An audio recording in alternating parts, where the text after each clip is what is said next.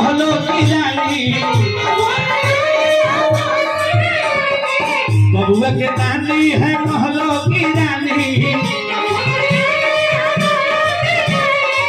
नाना नाना है रमबाज भोलिलवा के, नाना है रमबाज भोलिलवा के। काले बालों भोलिलवा के, काले काले बालों भोलिलवा के।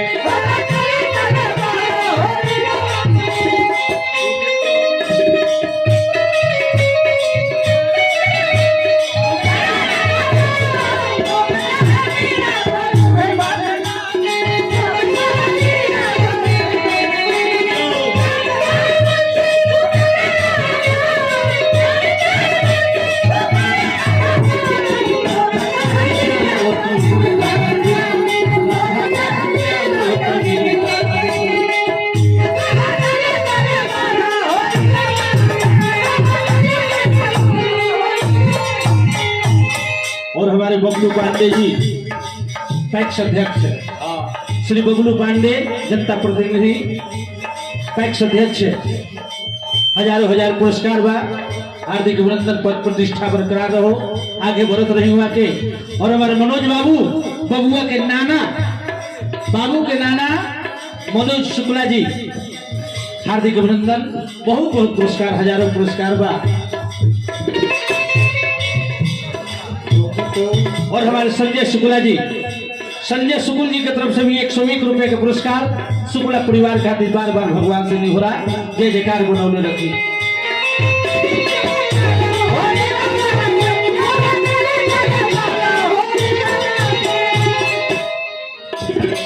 बबुआ के दादी, अरे दादी दादी,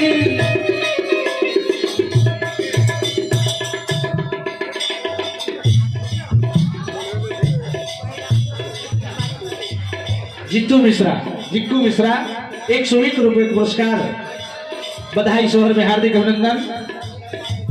और हमें राजीव बाबू, राजीव कुमार मिश्रा जी, उनके तरफ से भी बधैया में 101 रुपए के पुरस्कार। जीतू मिश्रा, जीतू शुक्ला जी के भी तरफ से बहुत बहुत पुरस्कार। जिट्टू मिश्रा हार्दिक अभिनंदन बा। सारा लोग की तरफ से आशीर्वाद हमारा स्पर्श बाबू के मिलो, हजारों हजार वर्ष आयु होते। नाम करी हुआ के ननिहाल के भी, अपने पापा के, अपना दादाजी के भी। और इला के दादा और बड़ा सीधा साधा, और इला के दादा है बड़ा सीधा साधा। पापा है दिलदार भोलिलवा,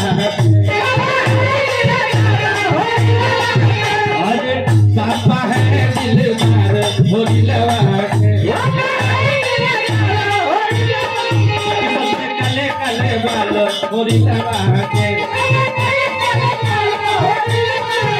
सबके काले काले बाल भोलिलवा के,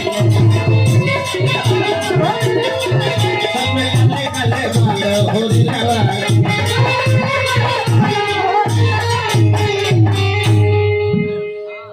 मंगल आजू जनकपुर अति मना भावन है। मंगल आजू जनकपुर अति मन भावन है।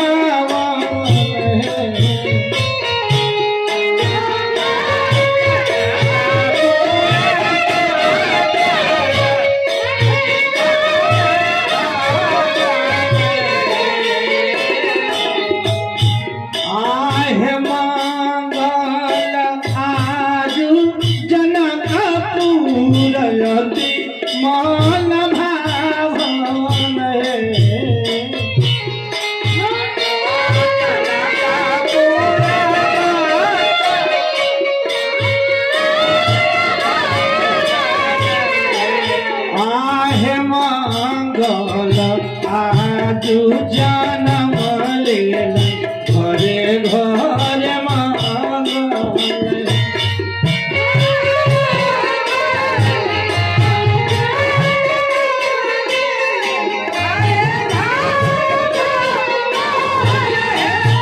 आहे आजू गंगोलिया में मांग मनोज बाबू घरे मांगल है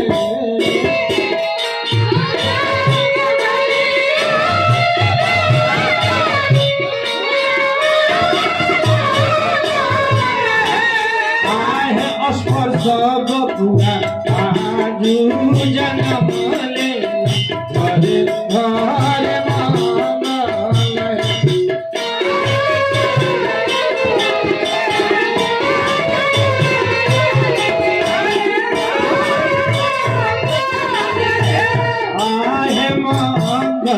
स्पर्श बाबू जन्म ले घरे घरे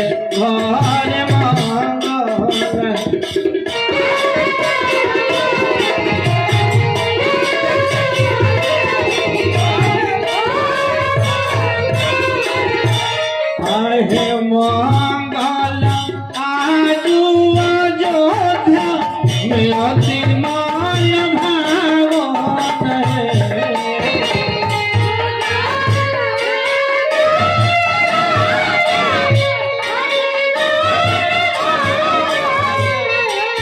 आहे मंगल बबुआ के दादा दादी परम सुहावन है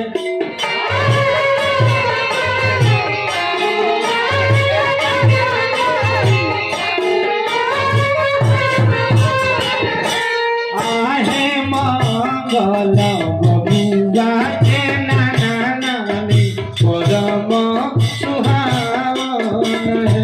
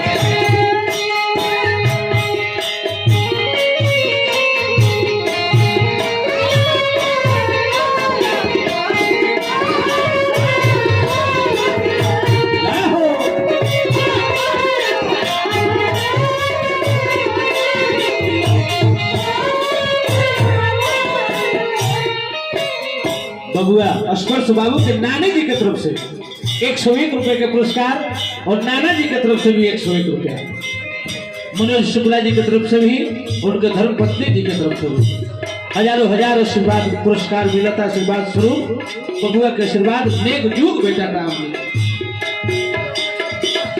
देवो गान फूल सावती सुर सब मंगल है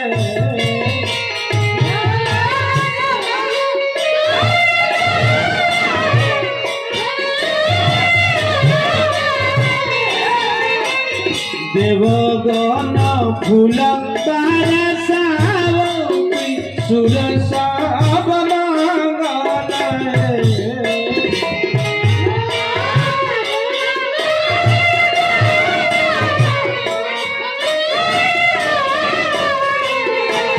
आहे बबुआ के आज जन्म दिन आज शुभ मंगल